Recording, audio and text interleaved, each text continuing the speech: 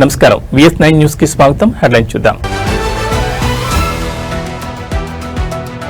దేశవ్యాప్తంగా ఓటర్ల జాబితా సవరణకు ఈసీ శ్రీకారం. ఇవాళ సాయంత్రం కీలక ప్రెస్ మీట్. కర్నూలు ప్రమాదం కేసులో మృతదేహాల అప్పగింత పూర్తి. DNA పరీక్షలతో మృతుల గుర్తింపు.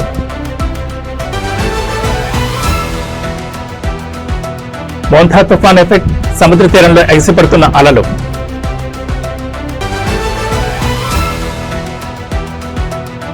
నవీన్ యాదవ్ గెలుపు ఖాయం. కుల సంఘాల మద్దతుపై ఎమ్మెల్యే రామ్మోహన్ రెడ్డి హర్షం.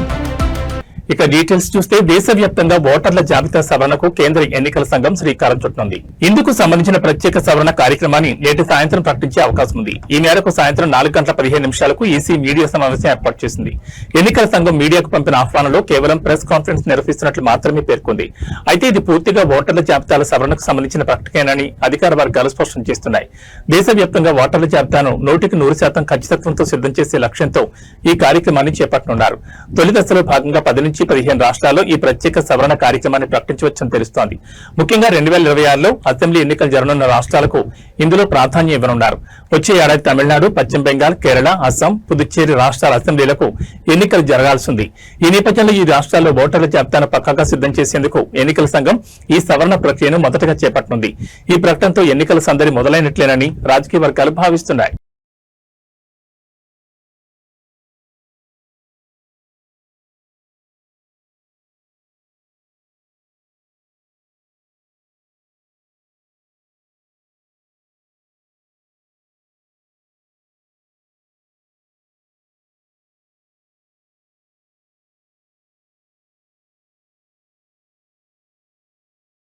కర్నూలు బస్సు ప్రమాదం కేసులో గుర్తుపట్టలేనంత భయానక స్థితిలో మృతుల శరీరాలు దెబ్బతిన్నాయి.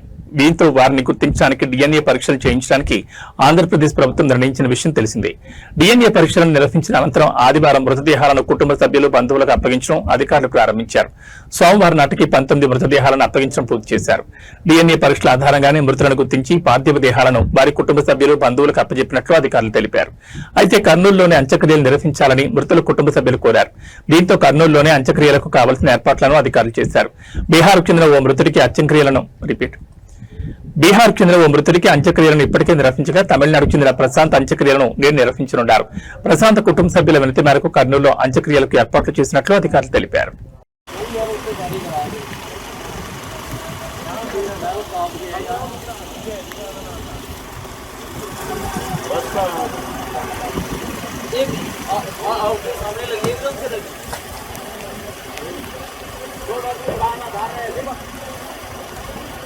गाड़ी का दिक्कत है ना, ये गाड़ी एकदम एक प्रॉब्लम आ जाए इसके जो नहीं बोलते हैं वही तो प्रॉब्लम है स्लीपर का।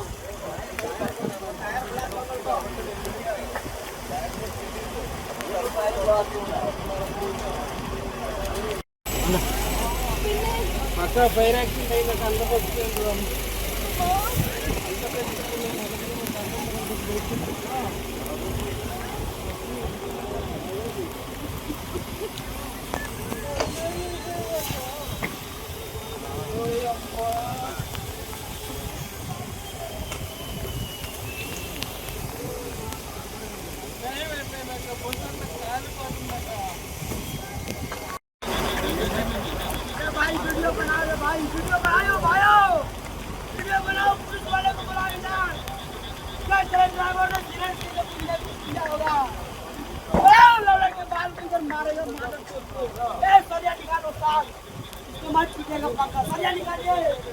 हम लोग का ये जान लेने वाला तो पापा ये जान ले लो, इसको पापा साथ नहीं आप लेने वाला गाड़ी नहीं निकालेगा।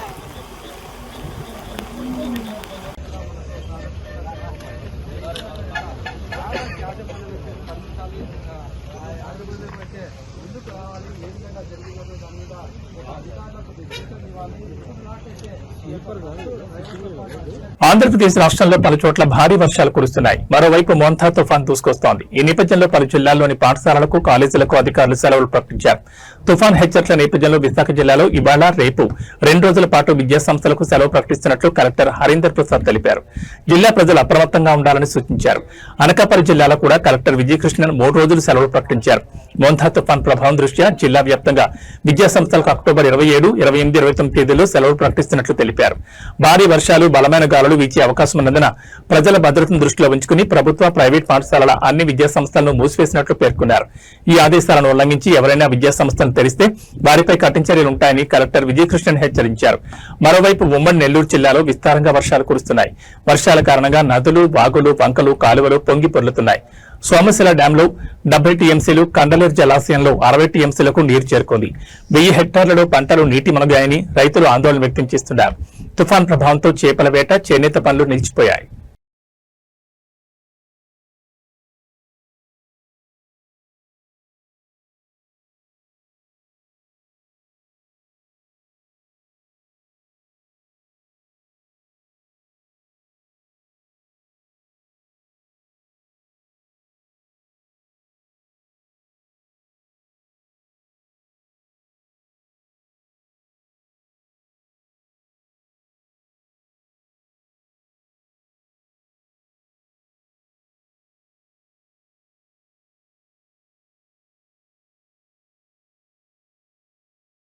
ఎంతో ప్రతిష్టాత్మకంగా హోరాహోరీగా జరిగిన హైదరాబాద్ ప్రెస్ క్లబ్ కార్యవర్గ ఎన్నికల్లో టీయూడబ్ల్యూజే మద్దతుతో పోటీ చేసిన ఫ్రెండ్స్ ప్యానెల్ అఖండ మెజార్టీతో ఘన విజయం సాధించింది.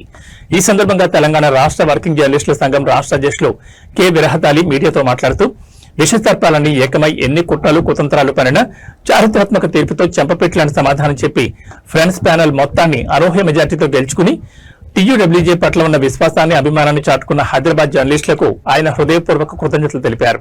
ప్రెస్ క్లబ్ సభ్యుల విశ్వాసాన్ని వమ్ము చేయకుండా వారి రుణాన్ని తీర్చుకోవడానికి నిరంతర కృషి చేస్తామని విరహతాలి భరోసా ఇచ్చారు.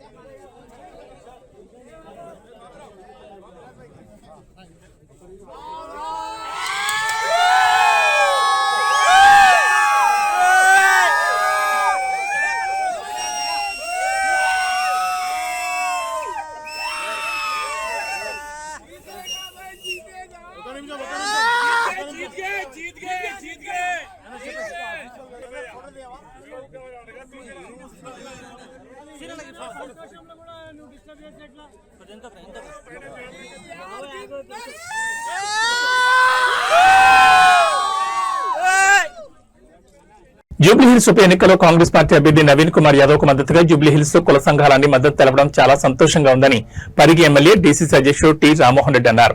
జూబ్లీహిల్స్ ఎన్నికల ప్రచార కార్యక్రమంలో భాగంగా ఎన్నికల ప్రచారం నిర్వహించే ముందు శ్రీ వెంకటేశ్వర స్వామి దేవాలయంలో పక్కనే ఉన్న దర్గాను పూజించి ప్రత్యేక పూజలు, ప్రార్థనలు చేసి ప్రచార కార్యక్రమాన్ని ప్రారంభించారు.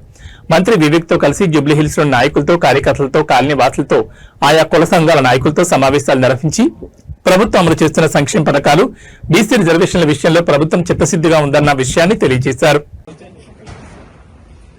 ఈరోజు జూబ్లీహిల్స్ ఎన్నికల ప్రచార కార్యక్రమంలో భాగంగా పరిగి నియోజకవర్గం నుంచి గౌరవ ముఖ్యమంత్రి రేవంత్ రెడ్డి గారు మరియు మహేష్ కుమార్ గౌడ్ గారు, మన పిసిసి అధ్యక్షులు, నన్ను ఎమ్మెల్యేగా ఇక్కడ 6 బూత్లకు ఇన్ఛార్జ్గా నన్ను అపాయింట్మెంట్ చేసిన తర్వాత ఇక్కడ వచ్చేసి ఇక్కడ ఉన్నటువంటి ముఖ్యంగా బీసీ సంఘాల ఐక్య వేదిక అంటే సెంట్రల్ కమిటీ ఉంది ఇక్కడ ముద్రాజు, మున్నూరు కాపు, అదేవిధంగా గంగపుత్రులు, అన్ని సంఘాలు, మహిళా సంఘాలు, రజక సంఘాలు అన్ని కూడా కలిపి అన్ని కుల సంఘాలన్నీ కూడా కలిపి ఈరోజు కాంగ్రెస్ ప్రభుత్వం 42% రిజర్వేషన్ ఇస్తామని చెప్పి మన తెలంగాణ శాసనసభను చెప్పి గవర్నర్కు పంపించి కేంద్రం దాన్ని అమలు చేయని సందర్భం లోపల ఈరోజు బీసీ సంఘాల ఐక్య కార్యాచరణ సమితి అధ్యక్షుడు జాజిలా శ్రీనివాస్ కూడా స్టేట్మెంట్ ఇచ్చాడు. బీసీ సంఘాలన్నీ కూడా తెలంగాణ రాష్ట్ర వ్యాప్తంగా జూబ్లీహిల్స్ ఎన్నికల్లో ప్రచారం చేయాలని చెప్పి కూడా ఈరోజు అన్ని పత్రికల్లో కూడా స్టేట్మెంట్ ఇవ్వడం జరిగింది. దానికి స్పందనగా కుల సంఘాలన్నీ కూడా ఈరోజు జూబ్లీహిల్స్ నియోజకవర్గంలో కాంగ్రెస్ పార్టీకి మద్దతు తెలపడం చాలా సంతోషంగా ఉంది. ఎందుకంటే కాంగ్రెస్ పార్టీ మన దేశానికి స్వాతంత్రం ఇచ్చింది, తెలంగాణ రాష్ట్రాన్ని ఇచ్చింది. ఈ రోజు మన హైదరాబాద్ చుట్టూ ఉన్నటువంటి राम मोहन रेड्डी साहब एक एजुकेशनिस्ट है, आपके मेडिकल कॉलेजेस है, आपके इंजीनियरिंग कॉलेजेस है, आपके फार्मेसी कॉलेजेस है, बहुत ही मशहूर और मारूफ शख्सियत है और हर क्या आपकी खायद। मैं उनसे गुजारिश करता हूँ कि वो आपको मुखातिब करें। गवर्नमेंट कॉलोनी में आज मोहन भाई का दरखने और शाकिर भाई और हमारे मिनिस्टर साहब विवेक जी और निजाम भाई और आपको मिलेगा, बहुत खुशी है मेरे को, क्योंकि कांग्रेस पार्टी की तरफ से हमारे पीसीसी प्रेसिडेंट महेश कुमार गौड़ जी, हमारे चीफ मिनिस्टर रेवंत रेड्डी जी हमारे को इधर शेखपेट डिवीजन में काम करने के वास्ते हमको आदेश दे चुका है। मेरा घर बगल में ही रहता, तो विवेक भाई साहब मेरे को चुनिए यहीं रहता बोल के मेरा नाम टिक कर दिया उन्होंने, इनको यहीं रख दो बोल के।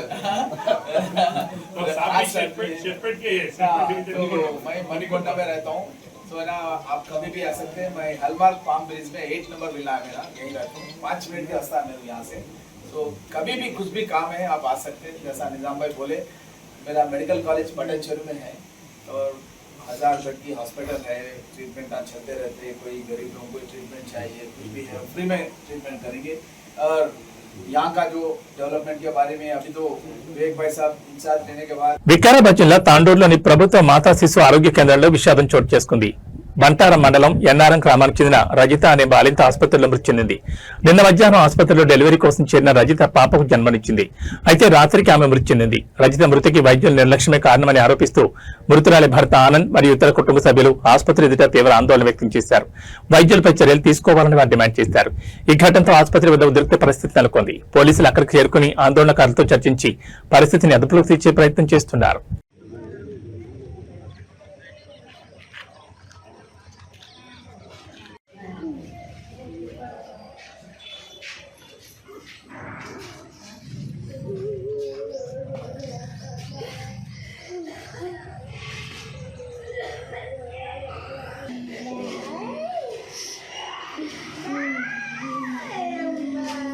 వచ్చి జాయిన్ అయినాం. పేరు విలేజ్ అమ్మాయి ఫుట్బాల్ మండల్ ఎన్నారం గ్రామం. ఆనంద్ నా పేరు, నా భార్య పేరు రజిత. ఇక నిన్న 11 గంటలకు డెలివరీ అయింది. అంతా మంచిగా ఉన్నది, పాప మంచిగా ఉన్నది, అంతా మంచిగా ఉన్నది. ఇక లోపలికి తీసుకొని చేసారు. నైటు 12 గంటలకు ఇంజక్షన్ ఇచ్చిన తర్వాత ఏమైందో ఏమో 20 మినిట్స్లో చనిపోయినాక వచ్చిర్రు వాళ్ళు. మళ్ళీ వేరే వాళ్ళు చెప్తేనే వచ్చారు, లేకపోతే వాళ్ళ అబ్జర్వేషన్లు ఎవరు లేరు, అసలు డాక్టర్లు లేరు, నర్సులు లేరు, ఎవరు లేరు. అంటే ఎందుకు చనిపోయిందన్న విషయం చెప్పారు వాళ్ళు. ఎందుకు చనిపోయిందని అంటే పిడుసు రావచ్చు అని అంటున్నారు, కానీ కన్ఫర్మ్ ఏం లేదు. పిడుసు రావచ్చు, ఒకటి న్యూస్ నుంచి బ్లడ్ వచ్చింది. ఎందువల్ల చనిపోయింది ఏంది తెలియదు. మీరేమనుకుంటున్నారు మరి ఎట్లా? మేము ఆ ఇంజక్షన్ వల్లనే వీళ్ళు పట్టించుకోకనే అసలు చనిపోయింది. అసలు 12 గంటలకు బేబీకి పాలిచ్చింది. వాళ్ళు 12 గంటలకు వచ్చినప్పుడు ఏమన్నా తినిపిండి అట్టగా తినిపించలేదు. మళ్ళీ ఏమన్నా అయితే మళ్ళీ ఇట్లా అని పొద్దున్న తినిపిస్తే వస్తుంది అన్నట్లా తినిపించలేదు, ఏం తాపలేదు. మెదక్ జిల్లా కొల్చారం సమీపంలోని అటవీ ప్రాంతంలో ఘోర రోడ్డు ప్రమాదం జరిగింది. వేగంగా వస్తున్న ఒక బస్సు అదుపు తప్పి గొర్రెల మందని ఢీకొట్టింది. ఈ ఘటనలో 20కి పైగా గొర్రెలు అక్కడికక్కడే మృతి చెందాయి. అటవీ ప్రాంతంలో ఉన్న మలుపు వద్ద బస్సు అతివేగంగా ఉండడం వల్లే అదుపు తప్పిందని ప్రాథమికంగా తెలుస్తోంది. బస్సు డ్రైవర్ నిర్లక్ష్యం వల్లనే ఈ ప్రమాదం జరిగిందని బస్సులోని ప్రయాణికులు తీవ్ర ఆరోపణలు చేశారు. ఈ ప్రమాదం కారణంగా గొర్రెల కాపర్లు తీవ్రంగా నష్టపోయారు. పోలీసులు ఘటనా స్థలానికి చేరుకుని వివరాలు సేకరిస్తున్నారు.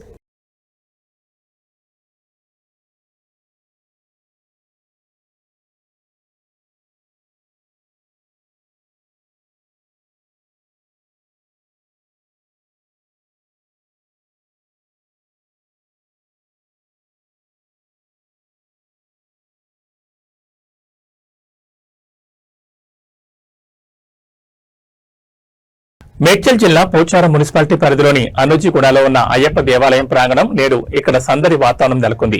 నీలిమ హాస్పిటల్స్ జోడిమెట్ల వారి ఆధ్వర్యంలో ఇక్కడ భారీ ఉచిత వైద్య సేవలు నిర్వహించారు. ఈ శిబిరంలో దాదాపు 500 మంది రిజిస్ట్రేషన్ చేయించుకుని వైద్య సేవలను వినియోగించుకున్నారు. నిర్వాహకులు తెలిపిన వివరాల ప్రకారం ఈ క్యాంపులో అన్ని రకాల వైద్య సేవలు ఉచితంగా అందించారు. ముఖ్యంగా బీపీ, షుగర్, థైరాయిడ్ వంటి పలు రకాల రక్త పరీక్షలు ఉచితంగా నిర్వహించారు. అంతేకాకుండా గర్భిణీ స్త్రీలకు ప్రతి నెలా పరీక్షలు నిర్వహించి తగిన సలహాలు ఇవ్వడం జరిగింది.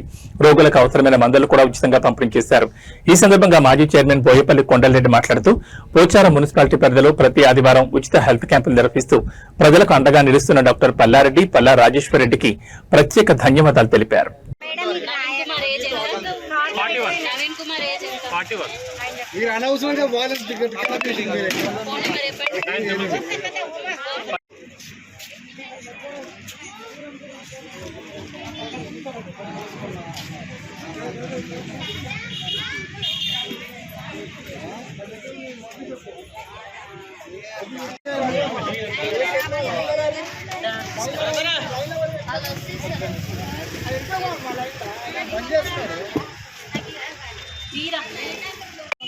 లేదమ్మా అయిపోయింది. పొద్దు నుంచి ముగ్గురున్నా మీతో పాటు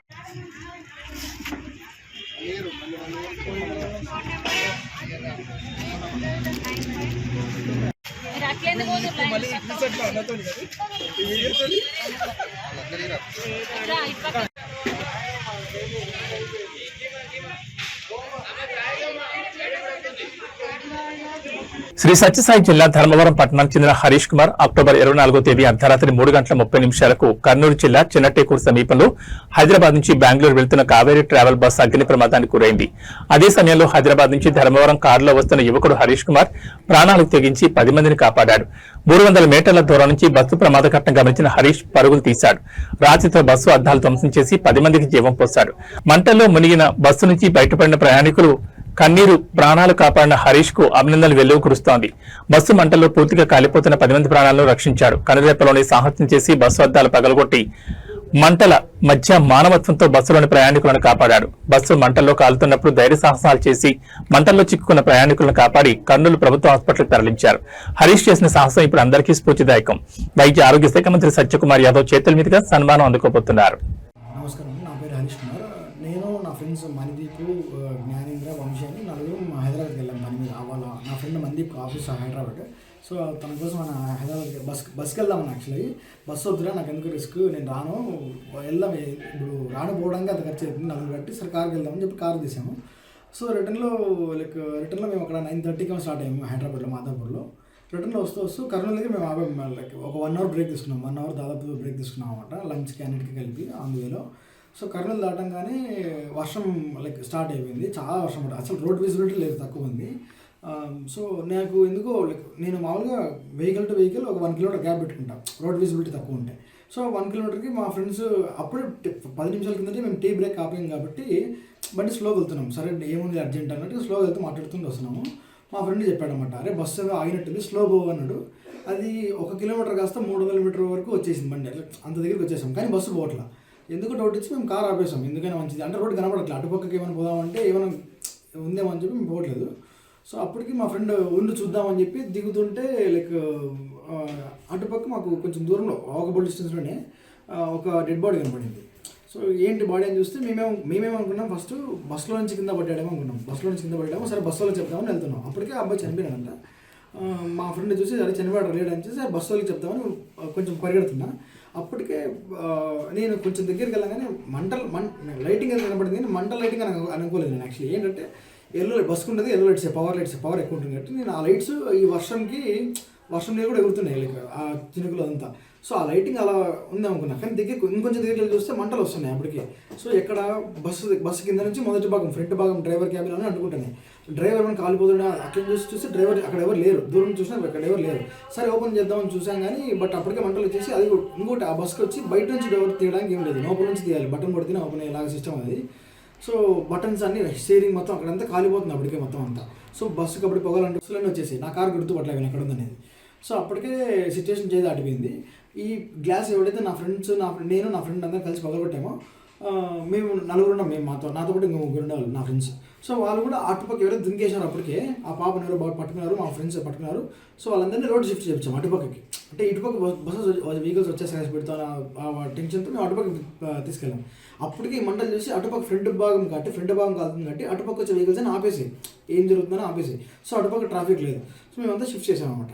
ఈ సిచ్యువేషన్లో అప్పటికి కిలోమీటర్ల వరకు బ్లాక్ అయిపోయింది రోడ్డు.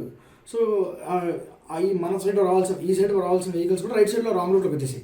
సో అప్పటికే ట్రాఫిక్ అంతా నిండిపోయింది, మస్తు అయిపోయింది ట్రాఫిక్ అంతా.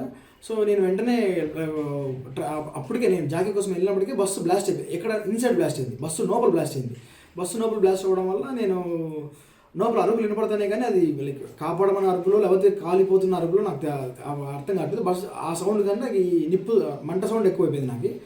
సో నేను దగ్గరికి పోవడం కాకుండా ఐలోపు ఎవరైనా అంబులెన్స్కి ఫోన్ చేశారని గట్టిగా అరిచినా ఎవరికైనా చేశారంటే ఎవరు పలకలేదు వెహికల్స్ అంటే కిలోమీటర్ వరకు ఆగిపోయింది. ఇటువైపు కూడా ఎవరు అడ్డం తీయలేకపోతున్నారు కానీ చాలా కొన్ని వెహికల్స్ చిన్న వెహికల్స్ అన్ని పక్క చెట్లలోకి మళ్ళీ ఇచ్చేసాము. ఈ గ్యాప్లో అటుపక్క ఉండే వెహికల్ అప్పటికే కరెక్ట్ ఆ టైంలో హైమారెడ్డి అనే లేడీ వచ్చింది. సో ఆమె అప్పుడు వాళ్ళ కార్స్ కొన్ని క్లియర్ చేసి బస్సులని అవన్నీ ట్రక్కులు కొంచెం ముందుకు పంపించేసి ఆ ఒక వెహికల్ ముందుకు పిలిచామన్నమాట. ఆ వెహికల్ ముందుకు వస్తే దాంట్లో ఇద్దరు ఉన్నారు దాంట్లో. సో ఆయన ఎవరు అదే ఇట్లా ఆంజనేయ స్వామి కలర్ది అది డ్రెస్ అది వేసుకున్నాడు ఆయన. సో నాకు గుర్తులేదు, మళ్ళీ చూసి చెప్తున్నాను నేను. ఆయన్ని అడిగాము, ఇట్లా మా ఫ్రెండ్స్ అడిగారండి ఇట్లా పిలిచబోతారా అంటే సరే మనం పిలిచిపోయారు. ఒక చిన్న బాబు బేబీను వాళ్ళ మదర్ని ఇంకొక ఇద్దరిని. ఆ ఇద్దరులో ఒక జీప్ బయటకు వెళ్తున్నాయి, అంటే బయట అద్దాలనే పోతున్నాయి, అద్దాలు పగిలి వీళ్ళు మీకు పంపిస్తున్నాను అనే దగ్గర ఉన్నాయి. సో ఇంకా ఎవరు ధైర్యం చేయలేదు. ఒకవేళ నేను వెళ్దామన్నా ముందు సైడ్ నుంచి వెళ్ళి ఏమైనా చేద్దామన్నా కూడా మా ఫ్రెండ్స్ ఎవరు నన్ను పంపిణీ కాలేకపోద్దు. ఇప్పుడు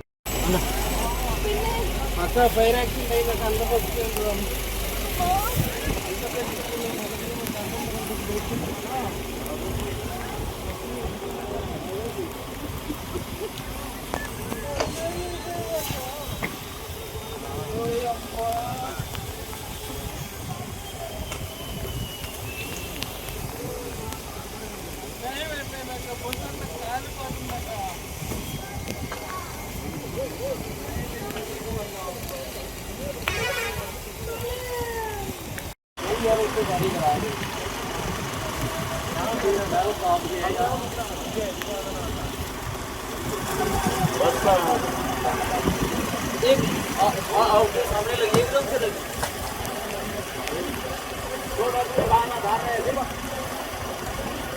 गाड़ी का टिकट लग गया ना, ये गाड़ी एकदम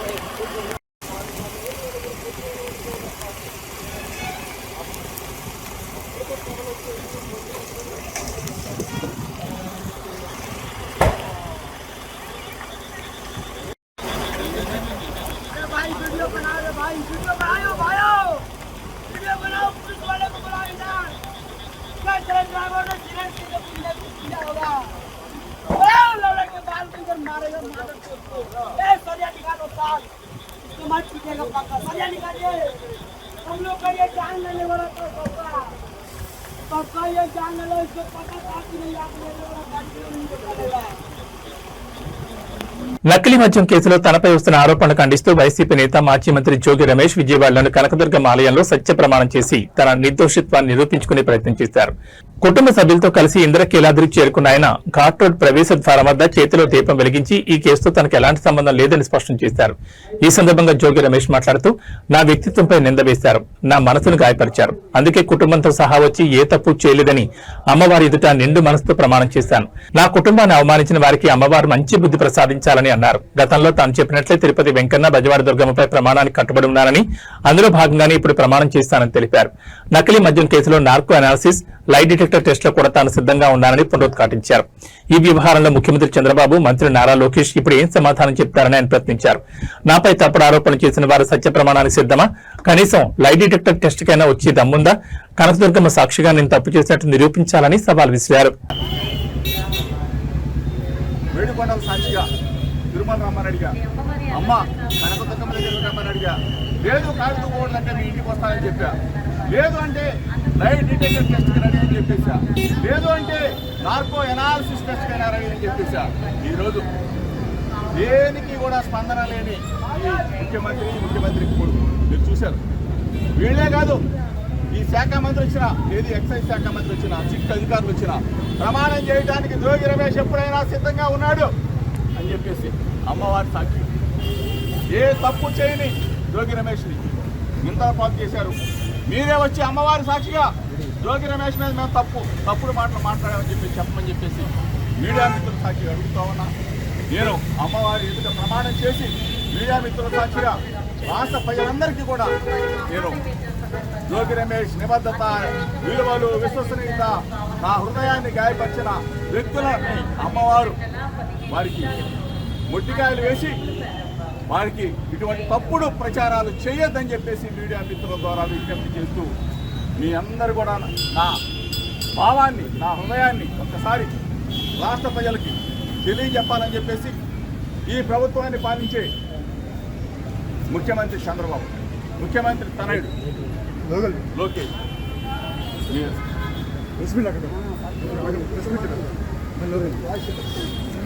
team India vice captain Shreyas Iyer తీవ్రంగా గాయపడ్డాడు. ఆస్ట్రేలియాతో జరిగిన 3వ వన్డే మ్యాచ్ లో ఫీల్డింగ్ చేస్తూ గాయపడిన ఆయనకు ఇంటర్నల్ బ్లీడింగ్ అయినట్లు తేలింది. దీంతో ఆయన్ను సిడ్నీలోని ఓ ఆసుపత్రిలో చేర్పించి ఐసీయూలో ఉంచి చికిత్స అందిస్తున్నారు. శనివారం జరిగిన మ్యాచ్ లో ఆస్ట్రేలియా బ్యాటర్ అలెక్స్ క్యారీ కొట్టిన బంతిని శ్రేయస్ వెనక్కి పరిగెడుతూ అద్భుతంగా క్యాచ్ అందుకున్నాడు. అయితే ఈ క్రమంలో కింద పడడంతో ఆయన ఎడమ పక్కటెముకలకు గాయమైంది. మ్యాచ్ అనంతరం డ్రెస్సింగ్ రూమ్ చేరుకున్న తర్వాత బీసీసీఐ వైద్య బృందం వెంటనే ఆసుపత్రికి తరలించింది. గత 2 రోజులుగా శ్రేయస్ ఐసీయూలోనే ఉన్నారు. వైద్య పరీక్షల రిపోర్ట్లు వచ్చిన తర్వాత అంతర్గత రక్తస్రావం జరుగుతున్నట్లు గుర్తించి వెంటనే ఆసుపత్రిలో చేర్పించాం. ఇన్ఫెక్షన్ వ్యాపించకుండా ఉండేందుకు 2 నుంచి 7 రోజుల వరకు ఆయన వైద్యుల పర్యవేక్షణలో ఉంటారని ఈ పరిణామం గురించి తెలిసిన ఓ అధికారి మీడియాకు తెలిపారు. టీం డాక్టర్, ఫిజియో ఏమాత్రం ఆలస్యం చేయకుండా సరైన సమయంలో ఆసుపత్రికి తీసుకెళ్లారు. ప్రస్తుతం ఆయన పరిస్థితి నిలకడగా ఉంది. కానీ ఇది ప్రాణాంతకంగా మారే ప్రమాదం కూడా ఉండేది. శ్రేయస్ మానసికంగా చాలా ధైర్యవంతుడు, త్వరలోనే కోలుకుంటాడని ఆయన వివరించారు. అంతర్గత రక్తస్రావం కావడంతో శ్రేయస్ అయ్యర్ పూర్తిగా కోలుకోవడానికి అనుకున్న దానికంటే ఎక్కువ సమయం పట్టొచ్చని తెలుస్తోంది. కనీసం వారం రోజుల పాటు ఆయన సిడ్నీలోనే ఆసుపత్రిలో ఉండొచ్చని సమాచారం. కాగా శ్రేయస్ ఆస్ట్రేలియాతో జరగనున్న T20 సిరీస్ కు ఎంపిక కాని విషయం తెలిసిందే.